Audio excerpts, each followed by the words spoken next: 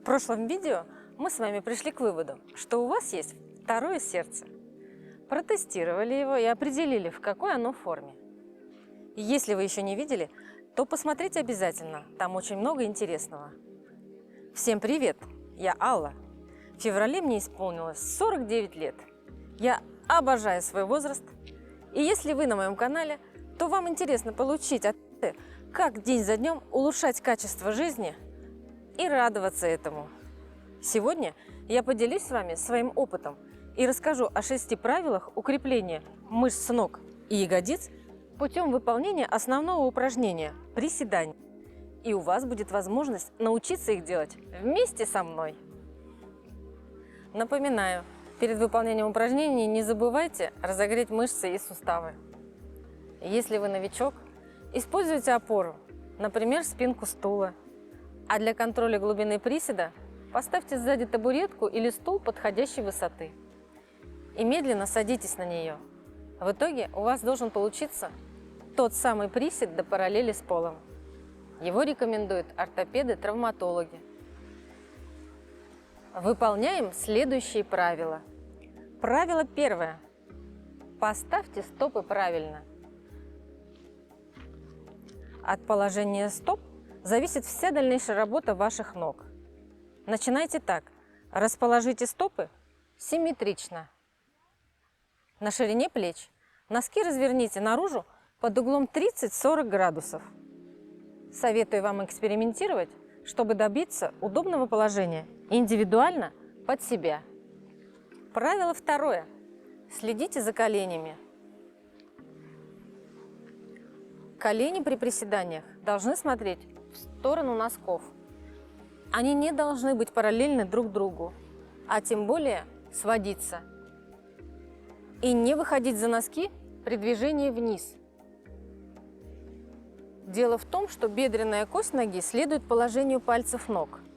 Из-за слабых наружных мышц бедра, слабых хрястовых связок колена, они уходят внутрь во время приседа. И это очень плохо. Происходит давление на коленный сустав. Избегайте этого. Правило третье. Правильная осанка. Мы рассмотрели позицию ног, а что насчет положения тела? Тут главное для вас запомнить следующее. Спина у вас немного прогнута, с вашим естественным изгибом. В ней не должно быть напряжения. Плечи не сутульте. Это вредит правильной осанке.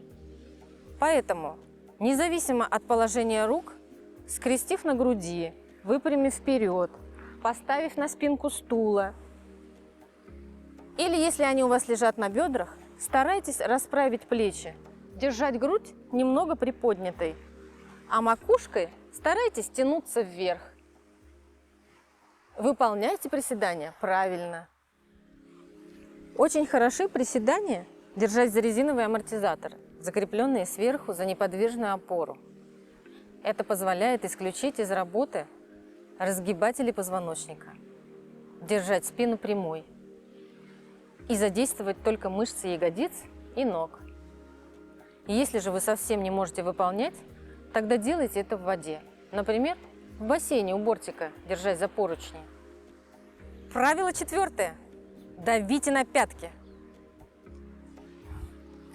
Пройдемся по теме подъема в приседаниях.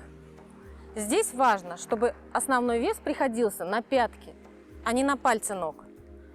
Отталкивание через пятки помогает убедиться, что ваши бедра расположены правильно. При подъеме вверх вы должны ощущать, что давите на них.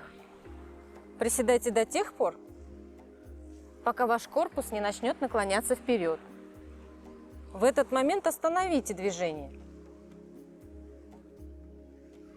Иначе перегружается ваша поясница и подворачивается копчик. Вот так делать нельзя. Если чувствуете, что нагрузка переходит на пальцы, это означает, что центр тяжести у вас переместился вперед. Эту ошибку часто допускают новички. Они слишком сильно уводят корпус вперед. Это травмоопасно нагружает колени и позвоночник. Если у вас сложности с переносом веса тела на пятки, рекомендую сделать следующее. Попробуйте поднять пальцы ног вверх, когда приседаете, и вы ощутите разницу. Этот прием помогает не отрывать пятки от пола.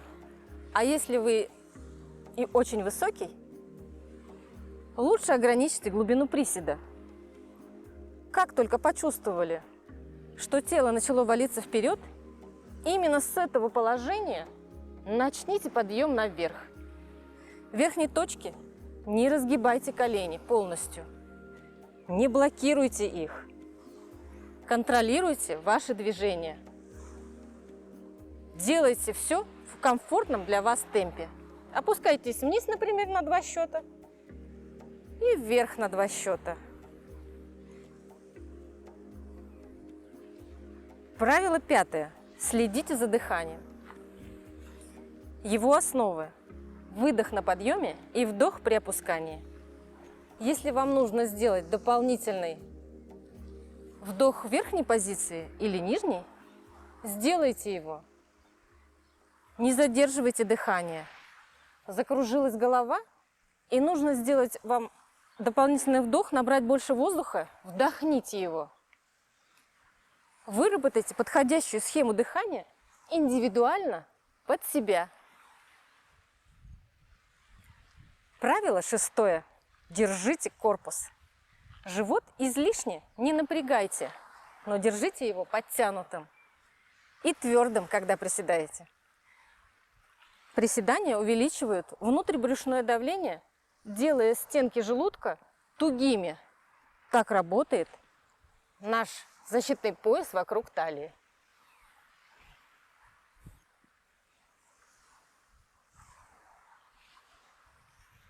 Сколько выполнять приседаний? Новички, выполняйте от 5 до 15 приседаний с собственным весом. Сделайте 3 подхода. Выполняете с легкостью? Тогда с каждым подходом увеличивайте повторения или начинайте добавлять утяжеления. Дома это могут быть гантели, бутыли с водой или сумка с чем-нибудь тяжелым. В первые дни может повышаться давление и даже температура тела. Это нормальная адаптивная реакция. Тело надо тренировать постепенно и терпеливо. Ваша задача не выполнять определенное количество раз в минуту, а прочувствовать их. Отнеситесь к себе, своему состоянию трезво и адекватно. Не надо фанатизма. В тренажерном зале приседания можно выполнять различными способами. Используя для этого, кроме свободного веса, специальные тренажеры. И от этого процесс тренировки и построения красивого, здорового тела становится очень увлекательным. Даже если вы не хотите попу как орех, я считаю, что укреплять эти важные мышцы все-таки стоит. Ну а после выполнения упражнений, или если у вас был тяжелый рабочий день, рекомендую растянуть мышцы ног и спины. Так у вас расслабятся мышцы и будет хороший сон. А на следующий день вы будете чувствовать себя отлично. Всегда помните, ваше состояние зависит только от вас. Надеюсь, этим видео я убедила вас в том, что ваше второе сердце нужно развивать и укреплять так же активно, как и первое. А еще лучше тренировать их вместе. Если у вас есть вопросы, как это сделать более эффективно, ставьте лайк к моему видео, подписывайтесь на мой канал и задавайте вопросы в комментариях. Увидимся в следующих видео.